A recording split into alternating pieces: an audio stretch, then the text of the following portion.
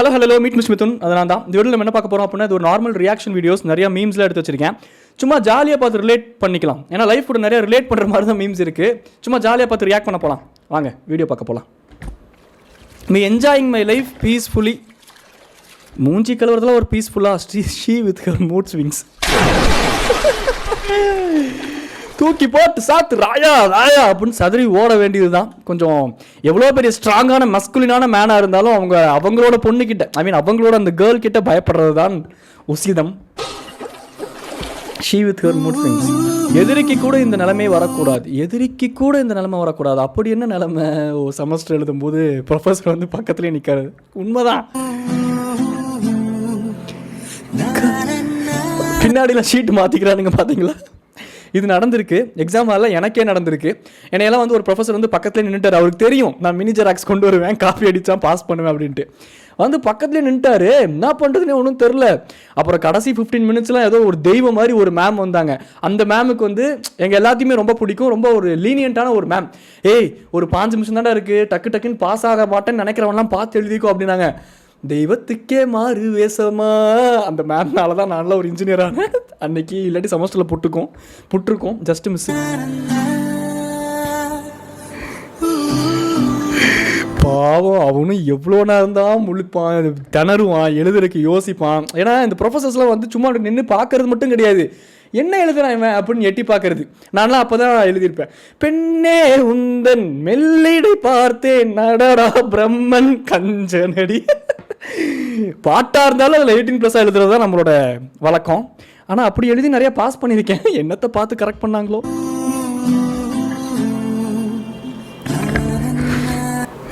என்னால் பயங்கரமாக ரிலேட் பண்ணிக்க முடியுது. இவர் என்ன பண்ணுறாரு? What is this? சீனாவில் செயற்கையாக எனக்குன்னே வருவீங்களாடா? இவர் என்ன பண்றாரு? தயாரிக்கப்பட்டு அறிமுகப்படுத்தப்பட்டு உள்ள இளம் பெண்ணை விரைவில் இந்தியாவில் விற்பனை செய்ய அந்நிறுவனம். ஐயா எப்பங்க ஐயா இந்தியாவுக்கு இதெல்லாம் சேல்ஸுக்கு வருது? இல்லை கேட்குறேன், இந்த மாதிரி இப்போ அமேசானில் வாங்கலாமா? இல்லை சொல்கிறேன், ஏதாவது பிக் பில்லியன் டேஸ்க்கு இதை ஜென்ரலாக கேட்டா வேற ஒன்றும் இல்லை. நீங்கள் நினைக்கிற மாதிரிலாம் ஒன்றும் கிடையாது.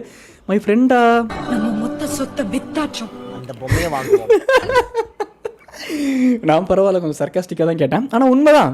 ஏதாச்சும் ரொம்ப க்ளோஸ் ஃப்ரெண்ட்ஸாக இருந்தாங்க. நானே நினைப்பேன் இந்த டெலிவரியில் சொல்லியிருப்பேன், மச்சான் அவன் மொத்த சொத்து என் பைக்கு, காப்பு, செயின் எல்லாத்தையும் வித்தாச்சு, அந்த பொம்மையை வாங்குறோம் அவ்வளோதான். அதுக்கப்புறம் இதுக்கு அடுத்த மீன் பார்ப்போம். கேட்டா என் அப்பா வேணுமா என் அம்மா வேணுமா இந்த உலகத்துல?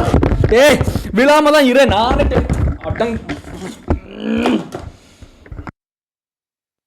கோவப்படாத, விழாம இரு மிஸ்டர் மைக். அவள் தான் பார்த்துக்கோ. நானே ஊருப்பட்ட டென்ஷனில் இருக்கேன். எல்லாம் போட்டேன், டென்ஷன் படுத்தாதீங்க அவ்வளோதான் சொல்லுவேன். எல்லாத்தையும் பிச்சு எரிஞ்சிட்டு போய்க்கினே இருப்பேன். வேணாம், அது எனக்கு தான் லாஸு. என்னது இது? என்னம்மா உனக்கு வேணும்? இப்போ அம்மா வேணுமா அப்பா வேணுமா அப்படின்னு என் புருஷன் தான் வேணும் அப்படின்னு போறியாக்க? யார் வேணுமான்னு கேட்டாலும் யாருமே வேண்டாம். இவன் 7 ஜென்மமும் என்கிட்ட கொடுங்க, புருஷனா வேண்டாம் என் குழந்தையா. 7 ஜென்மமும் உங்களுக்கு குழந்தையா? இல்லை சொல்கிறேன் நான், ஊருப்பட்ட ஹாஸ்பிட்டல்ஸ்லாம் இப்போ வந்துக்கிட்டு இருக்குது. 7 ஜென்மத்துக்கும் பசங்கள்லாம் இவ்வளோ ஸ்ட்ராங்காக இருப்பாங்களா அப்படிங்கிறது இந்த ஜென்ரேஷனில் எல்லாம் பாதி பேர் மாறிட்டானுங்க. 7 ஜென்மத்துக்கும் அவரை குழந்தையா கொடுத்தா நீ பெற்று எடுத்து அவனை வளர்த்தி. புரியுது, பாசம்தான், என்ன பண்ணுறது? பொதுவெளியாக வெளிப்படும் போது கிரிஞ்சா இருக்கே. ஏன்னா அம்மா வேண்டாம் அப்பா வேண்டான்னு கொஞ்சம் சொல்லியிருக்க தேவையில்லை. எனக்கெல்லாம் கடவுளை இங்கே பாரு, சிம்பிள். எனக்கெல்லாம் அடுத்த ஜென்மம்னு ஒன்று கொடுத்தேன்னா இந்த அம்மா இந்த அப்பா இந்த ஜென்மத்தில் அமைகிற அதை நான் ஃப்யூச்சரில் சொல்கிறேன். என் லைஃப் எப்படி இருக்குங்கிறத பார்த்துட்டு இந்த மனைவி தான் எனக்கு வேணுமா வேண்டாமாங்கிறத ஃப்யூச்சரில் சொல்கிறேன். ஆனால் கொஞ்சம் ப்ராக்டிக்கலாகவே இருப்போம். நேற்றுக்கு இப்போ கிரிஞ்சு பண்ணிக்கிட்டு இதுக்கு பேர் தான் ஜோக்கு.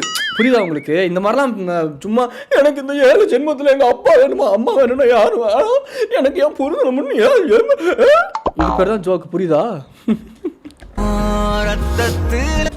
அவளும் நானும் அமுதும் தமிழும், அவளும் நானும் தமிழும் இசை, நானும் அவளும் இசையும் யாழும் சிரிப்பும். மறந்துட்ட லிரிக்ஸை. அவளும் நானுமா இன் பேரலல் யூனிவர்ஸ். ஓகே, இந்த யூனிவர்ஸில் சம்திங் இஸ் ஹேப்பனிங் போல.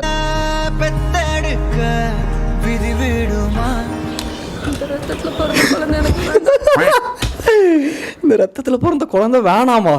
இதுதான் பேரலல் யூனிவர்ஸ் இல்லை ப்ரோ, அதுதான் ரியாலிட்டி. பேரலல் யூனிவர்ஸில் வேணா தீமா பாடலாம் போல.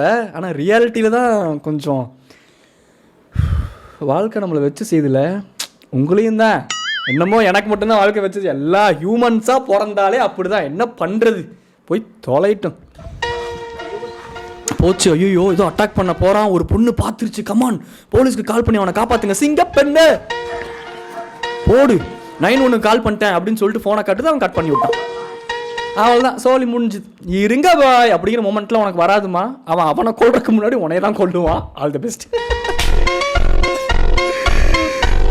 ஐயோ கடவுளே, சப்புன்னு ஒரு அறையை வச்சுட்டான். Tamil Instagram these days wait for fun. சொர்க்கத்துக்கு வந்திருக்கமா? இன்ஸ்டாகிராம் என்ன சொர்க்கமா? லிட்ரலாக நம்மளெல்லாம் வந்து மலுமட்டி ஆக்கக்கூடிய ஒரு நரகம் இன்ஸ்டாங்கிறது. என்ன பண்ணுறது, எனக்கு பொழப்பே அதுதான். அதை விட்டு போகவும் முடியாமல் இருக்கவும் முடியாமல் தவிச்சுக்கிட்டு இருக்கேன். ஏன்னா ரொம்ப ஃபேக்காக இருக்குது இன்ஸ்டாவில். யாரை பார்த்தாலும் என்னது இது, உன்னை எனக்கு தெரியாதா? இந்த சச்சின் படத்தில் ஒரு பாட்டு வரும்ல, ஐயோ ஒரு லைன்ஸ் வரும்ல, ஐயோ எனக்கு ரொம்ப அந்த லைன் ரொம்ப பிடிக்கும். நேற்று வர நாயர்கடை பண்ணு தானே அப்படின்னு சொல்லிட்டு இந்த, ஐயோ அது என்ன பாட்டுங்கிறதே டக்குன்னு ஸ்ட்ரைக் ஆக மாட்டேங்குது, எனக்கு லைன்ஸ்லாம் டக்குன்னு ஸ்ட்ரைக் ஆக மாட்டேங்குது. வீடியோ ஆஃப் பண்ண உடனே எனக்கு ஞாபகம் வரும். எனக்கு இப்படி ஒரு வியாதி இருக்குது. அதுதாங்க இந்த பாட்டு, இந்த குத்து பாட்டு ஒன்றுமே, எனக்கு பாட்டை பற்றி ஒன்றும் தெரியாதா அப்படிம்பார்ல, எனக்கு மியூசிக்கை பற்றி ஒன்றும் தெரியாதா, பீட்டர் மக நம்மளை பற்றி தெரில, துஜே தேக்கோ சூப்பிஸ்தானோ அப்படின்னு கூட ஆரம்பிக்கல அந்த பாட்டு. சாத்திக்கடி போத்தி, ஐயோ அது வேற படமா? அதில் நடுவில் ஒரு லைன் வருங்க, நேற்று வர நாயர்கடை பண்ணு தானே, இன்னைக்கு எடுத்து என்னத்துக்கு இப்போ இன்னைக்கு சீன் போட்டுக்கிட்டு இருக்கு அப்படிங்கிற மாதிரி இருக்கும். எனக்குலாம் இன்ஸ்டா பார்த்தா அப்படி தான் இருக்குது. என்னது இது இப்போ?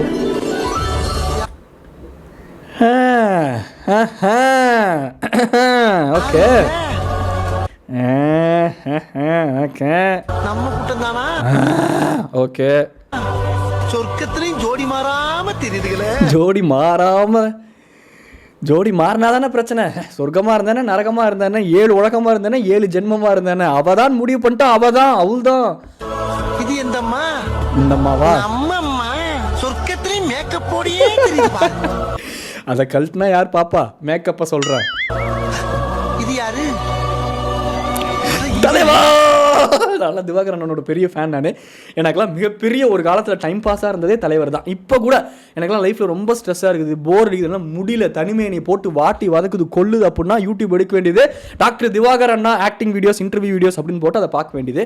சைடில் இவர் யார், அவரு ஹிட் அடிச்ச கரப்பாம்பூச்சி நிரஞ்சன் ப்ரோ, நீங்களா? இங்கேயாச்சும் இவனுக்கு யாராச்சும் ரிலேட்டபிள். 1995, 2007, 2005, 1995 எனக்கு பயங்கர லேட் ஆகும். ஏன்னா 1995 அங்கே பாரு அப்படின்னு சொல்லிட்டு எல்லாம் க்யூட்டாக லவ்வர்ஸ்லாம் இருக்காங்களாமா.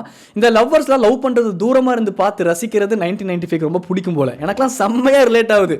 நானும் இப்படி தான் கொடுத்து வச்சவன் ஜாலியாக இருக்கான்ல அப்படின்னு சொல்லிட்டு நான் லவ்வர்ஸை பார்க்குறதும், லவ் பண்ணிக்கிட்டு இருக்க கப்பில் அந்த பையன் என்னையை பார்க்குறதும், கொடுத்து வச்சவன் மகராசன் சிங்கிளாக சந்தோஷமாக இருக்கான்ல. Life is difficult, choose your difficult. முடிஞ்சு போச்சு.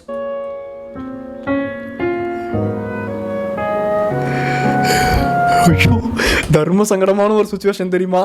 நம்ம யாரையாச்சும் இப்படி பார்த்துக்கிட்டோமோ டக்குன்னு திரும்பி பார்த்துருவாங்க, நமக்கு என்ன பண்ணுறதுனே தெரியாது.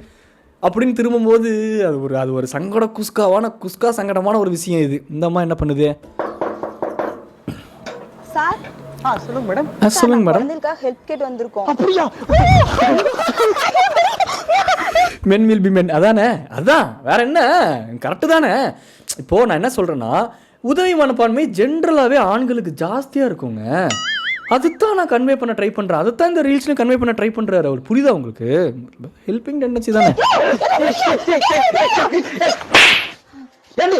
நீ தான் குழந்தைங்க கேட்டு வந்த குழந்தைகள்லாம் ஆசிரமத்து குழந்தைகளுக்கு லூசு. ஆசிரமத்து குழந்தைகள் நீங்க தெளிவா சொல்லிக்கணும். லூசு நீதாமா லூசு. நீ சொன்னதுக்கு அவர் கரெக்டாக தான் ரியாக்ட் பண்ணாரு. நீ தெளிவா சொல்லியிருந்தா அப்புறம் அவர் எதுக்கு அப்படி ரியாக்ட் பண்ணிட்டு போறாரு? சொல்றேன் நான், ஆசிரம குழந்தைகளுக்கு உதவி கேட்டு வந்திருக்கோம் ஐயா அப்படின்னு சொல்லணும். இல்லாட்டி நாங்களா குசிப்பட விவேகாட்ட தான். எனக்கு குழந்தைங்கன்னா ரொம்ப பிடிக்கும், நான் வேணா அதுக்கு ஹெல்ப் பண்ணிட்டா அந்த மாதிரி தான். பின்ன என்ன புறவை என்ன தெளிவா சொல்லணுமா இல்லையா? அதுக்கு உதவி கேட்க வந்தா என்ன குழந்தை பெத்து தர சொல்றான். நம் ராஜதந்திரங்கள் அனைத்தும் வீணாகிவிட்டது. அதுக்கு உதவி கேட்டு வந்தா இவங்களை குழந்தை பெத்த சொல்றான். நம்ம சொன்னான்ல ஜென்யூனா, முடியும்னா முடியும்னு சொல்லுங்க, முடியாதுன்னா முடியாதுடா அப்படின்னு சொல்லிட்டு போயிட்டே அதுக்கு அரையிறது. அப்புறம் எப்படி இந்த ரீல்ஸை பார்த்து மற்றவங்களுக்குலாம் கான்ஃபிடன்ஸ் வரும்? சொல்கிறேன், ஓவர் ரியாக்ட் பண்ணாமல் இருந்தாலே பாதி பிரச்சனை இங்கே முடிஞ்சிரும்ல. நார்மலாகவே சொல்கிறேன். அதுக்கு பயிற்சி எல்லோரும் தயாராக இருக்கிறீர்களா? இந்த மீம் இது நான் பார்த்தேன்னா இது கொஞ்சம் ஃபன்னியாக இருந்துச்சு எனக்கு. இந்த குரூப்பாக டூர் போகும்போது தனித்தனியாக ஒவ்வொருத்தர் என்ன பண்ணுறான்னு இது ரொம்ப நல்லா இருந்துச்சு. பாருங்களேன், உங்களுக்கும் பிடிக்கும். உள்ள நிறைய பைத்தியம் வாய செம காமெடியா இருக்கு. சரியா போய் மாடு மேய்க்கிறதுக்கு தேவையான 10 பொருத்தமும் பக்காவா இருக்கு. அவன் ஸ்டெப்பை பாருங்களேன், குஷியாக இருக்காரு ப்ரோ, எனக்கு எல்லாமே புரியுது. அவனுக்கு முன்னாடி ஒரு அம்மா நின்று யோசிச்சுக்கிட்டு இருக்கு பாருங்களேன். அந்த அம்மா மைண்ட் வாய்ஸ் மாதிரி தான் இருக்குது. மாடு மேய்க்கிறதுக்கான 10 பொருத்தமே மட்டும் பக்காவாக இருக்குங்க. மகளிர் படு அப்பா பயங்கர டேஞ்சர் போல இருக்குது நீங்களா. ஐயோ, இந்த 3 கேர்ள்ஸ் கிட்ட கொஞ்சம் கேர்ஃபுல்லாக தான் இருக்கும். இன்ட்ரோவர்ட் நம்மள மாதிரி ஒருத்தர் இருக்கான் அவர் கேங்குக்கு. ஆனால் நான்லாம் கேங்கில் மெர்ஜ் ஆகிட்டேனா, நான் சொல்கிறது மெர்ஜ் ஆகிட்டேனா அதுக்கே டைம் ஆகும். ஆனால் ஆகிட்டேனா அதுதான் வைப்பு தான், குத்து தான், ஃபன்னு தான். இல்லாட்டி அது வரைக்கும் இப்படி தான் நான் அம்பி மாதிரி தான். என்ன பண்ணுறானுங்க, எதுக்கு இந்த டான்ஸ் என்ன பண்ணுறானுங்க? இப்போ நம்ம என்ன பண்ணலாம்? கேமரா மேலே தான் இருக்குது, நம்ம ஒன்றும் பண்ணலாட்டியும் ஒன்றும் தெரியாது. சரி சும்மா அப்படியே கூட்டத்தோட கோவிந்தா அடிப்போம் அப்படிங்கிறது எங்களோட mind set. Because we are basically இன்ட்ரோவர்ட்னு சொல்ல முடியாது, ஆம்பிவர்ட். சுச்சுவேஷனுக்கு தகுந்த மாதிரி நாங்கள் இன்ட்ரோவர்ட்டாக மாறிப்போம். அதுதான் ஆம்பிவர்ட். என்ன பண்ணுறான் இவன்? இன்னும் தலைவன் ஆடு மாதிரி பிடிச்சிட்டு இருக்கிறான். பாவத்தை எடுக்காதீங்க. கியூட் பூக்கி அப்படிம்பாங்கல்ல, அந்த மாதிரி பூக்கி ஃபேஸ் வைக்கிறாங்களாம். ஹாசினி மாதிரி பண்ணாத. இந்த ஹாசினி மாதிரி பண்ற பொண்ணுங்களை பார்க்கும்போது தான் அப்படின்னு சொல்லிட்டு அந்த அம்மா கியூட்டா பண்ணி முடிச்சிச்சு. அடுத்து இவன் என்ன பண்ண போனான்? தோனியோட விக்கெட் அப்படிங்கிற மாதிரி இல்லை. டான்ஸ் ஸ்டெப்னா என்னது? 2 கையை தூக்கி இப்படி ஆட்டின வச்சு பலே பலேன்னு ஒரு சாங்கை போட்டு பஞ்சாபி ஸ்டைலு பஞ்சாபி வெர்ஷன் போட்டு போய்க்கினே இருக்கலாம். It's out. ஒத்த கையை தூக்கி இப்படி ஸ்ட்ராங்காக நின்றுக்கிட்டு இருக்கேன் நண்பா. யாருக்கு அவுட்டு கொடுக்குற? யார் அங்கே பேட்டிங் பண்ணா? யார் பவுலிங் போட்டா? ஏன் இப்படிலாம் பண்ற? அப்பா இவங்கெல்லாம் கையிலேயே பிடிக்க முடியாது. அவள் தான் டூருக்குலாம் போயிட்டோம் அப்படின்னா பாட்டு பாடுறது என்ன, டான்ஸ் ஆடுறது என்ன, அந்த பாட்டை கேட்கறதுக்கு பசங்க படுற பாடு என்ன.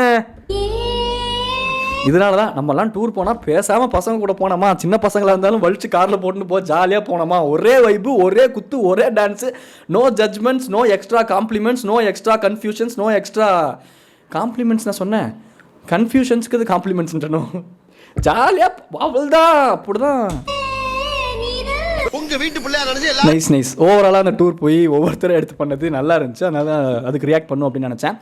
வீடியோ முடிஞ்சிச்சு. இனிமேல் இந்த மாதிரி நிறைய ரியாக்ஷன்ஸ் வீடியோஸில் வரும். அதெல்லாம் பார்க்கணும் அப்படின்னு நினச்சிங்க அப்படின்னா சப்ஸ்கிரைப் பண்ணி வச்சுக்கோங்க. சப்ஸ்கிரைப் பண்ணி ஆல்ரெடி சப்ஸ்கிரைப் பண்ணவனுங்களுக்கே 1 மாதத்துக்கு ஒரு கால வீடியோஸ் வருது. நிறையா வீடியோ போட்டு ஒரு புல்த்த போகிறாராம் அப்படின்னு நீங்கள் யோசிக்கலாம். பட் 2025 நம்ம ஒரு ரெசல்யூஷன் எடுப்போம்ல, ரெசல்யூஷன் எடுத்து 5 நாள் ஆச்சு. ஆனால் இனிமேல் கொஞ்சம் ஒரு 2 மாதத்துக்கு ஆச்சு அந்த ரெசல்யூஷனை ஃபாலோ பண்ணுவோம்ல. அதனால் 2 மாதமாச்சு என்னை நம்பலாம். நானே என்னை நம்புறது கொஞ்சம் டவுட்டாக இருக்குது இப்போல்லாம். பட் என்ன பண்ணுறது, அதுதான் வாழ்க்கை. இருக்கிறத வச்சு வாழ வேண்டியது தான். டாடா பாய் சொல்லிட்டு கிளம்புறது நாங்கள் மீட் மிஸ்ட் டாடா பாய் டாடா பாய்.